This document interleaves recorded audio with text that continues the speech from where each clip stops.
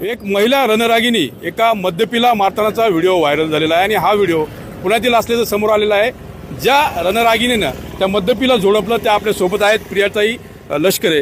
काय नेमकी घटना होती, कधीची घटना आहे आणि सविस्तर काय सांगाल, कशा पद्धतीने तो व्यक्ती तुमच्या जवळ आला, काय घडलं नेमकं? ही घटना 17 तारखेला आहे, 17 डिसेंबर रोजी मी माझे मिस्टर आणि माझा मुलगा आम्ही तिघ जण बसमध्ये चढलो आणि त्यानंतर माझ्या मिस्टरांना बसायला जागा नव्हती आम्हाला दोघांना सोबत। सो माझे मिस्टर पुढे जाऊन बसले, मी आणि माझा मुलगा त्या व्यक्तीच्या जवळ बसलेलो होतो।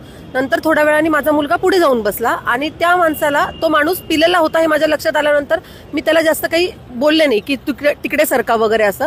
पण जेव्हा गर्दीचा फायदा उचलून त्यांनी जेव्हा माझ्या म्हणजे मांडीवरती हात ठेवून तो जेव्हा उठला ना, तेव्हा माझा संताप झाला। मग मी त्याला कॉलर पकडून त्याला मारहाण करायला सुरुवात केली। म्हणजे तुम्हाला हे लक्षात आलं की ही विकृती आहे आणि त्यानंतर तुम्ही रिॲक्ट झाला? बरोबर, हो तसंच झालं अगदी।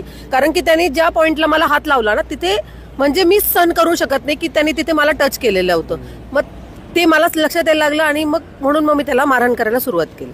पण बसमध्ये अनेक महिला देखील सोबत होत्या, काही पुरुष होते, कोणी रिॲक्ट झालं नाही, फक्त तुम्ही एकटी लढाई जी आहे लढताना दिसते? कारण ते माझ्यावरती बितलं होतं ना। बाकीच्या महिलांना जोपर्यंत अनुभव येत नाही तोपर्यंत कोणी महिला आपल्याला मदत करत नाही हे मी ऐकलं होतं, पण मी काल अनुभवलेलं।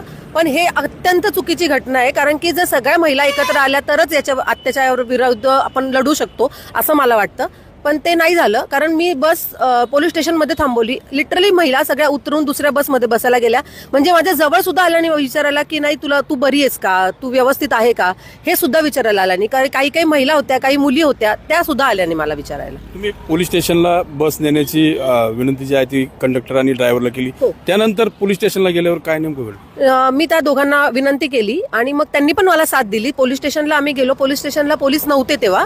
मग त्याच्यानंतर आम्ही 10 ते 15 मिनिटं आम्ही पोलीस, म्हणजे मी त्याला पकडून ठेवलेलं होतं आणि नंतर मी त्याला रूम मध्ये कोंडलं आणि बाहेरून कडी लावून आम्ही सगळे बाहेर उभं राहिलो, मी आणि माझे मिस्टर म्हणजे। आणि त्यानंतर नगरसेवक आहे पुण्यातले, तर त्यांना मी कॉल केला की अजय दादा, मला आता अजय खेडेकर म्हणून आहे ते, तर त्यांना कॉल केला की दादा माझ्याबरोबर ही घटना घडलेली आहे, तर मला इमर्जन्सीमध्ये पोलिसांची मदत हवी। तर त्यांनी लगेच कंट्रोल रूमला फोन करून मला ती मदत मिळवून दिली। पण तिथं पण असं कळतंय की जे बसमधील जे प्रवासी होते, महिला किंवा इतर प्रवासी, ते दुसऱ्या बसमधून निघून गेले? हो, तिथे लगेच निघून गेले। ते माझ्याबरोबर कोणीच नव्हतं, फक्त त्याला मी पकडलेलं होतं, त्याची कॉलर पकडून मी त्याला ठेवलेलं होतं आणि माझे मिस्टर आणि माझा मुलगा, याच्या व्यतिरिक्त तिथे कोणी नव्हतं। आपण बघितलं प्रियाताईंनी ज्या पद्धतीने रिॲक्ट झाल्या आणि जी घटना होती, खरं तर महिला आणि मुलींनी देखील समोर यायला आहे।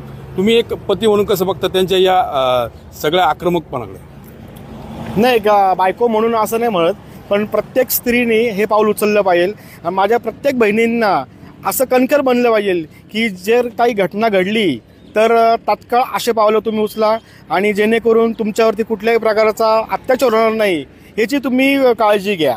आणि अत्याचार झालाच तर जे जे पाऊल उचललं एक स्त्री म्हणून माझ्या बायकोनी, ते तुम्ही उचला। आणि काही मदत लागल्यास जरूर ताईंना तुम्ही मदत करा आणि ताई तुम्हाला सपोर्ट करतील। काही असेल तर तुम्ही कॉन्टॅक्ट करू शकता ताईंना। तुम्ही बसमध्ये होता, मात्र गर्दीमुळे तुम्ही त्या घटनेपर्यंत पोहोचू शकत नव्हता। मग नंतर जेव्हा तुम्ही तिथे पोहोचला तर तुम्हाला देखील राग आला असेल की एक असा मद्यपी व्यक्ती आहे आणि तो छेडछाड करतो? नाही, राग म्हणजे कसं होतं की नवरा म्हणून जर आपण विचार केला तर प्रत्येक काय म्हणेल किंवा नवरा आहे म्हणून त्या माणसाला मारतोय, हे असं होऊन जातं। आणि हे मला आवडलं नसतं की एक नवरा म्हणून हे करायचं। पण एक स्त्री ती मदत जी हे करते, म्हणजे अत्याचाराला ती बळी पडली, पण ती तेवढं दाखवते, डेअरिंग दाखवते, ताकद दाखवते। मग फक्त मी तिला सपोर्ट करून पाठीमा उभं होतो। उगाच हात लावण्यामध्ये काहीच अर्थ नसतो। मग तो कोणीही व्यक्ती असो, मोठा असो, छोटा असो, दारू पिलेला असो नसतो, पण उगाच मारण्यामध्ये काही पॉईंट नसतो। मग नवरा म्हणून आपली ताकद दाखवायची काही अर्थ नाही त्याला। मग एकंदरीत महिलांच्या पाठीमागं उभं राहणं महत्वाचं आहे आणि महिलांना जी भूमिका आहे महिलांनीच ती व्यक्त करायची आहे। तरुणी असतील किंवा महिला असतील, ज्यांच्या बाबतीत असा प्रकार घडतो त्यांनी समोर येऊन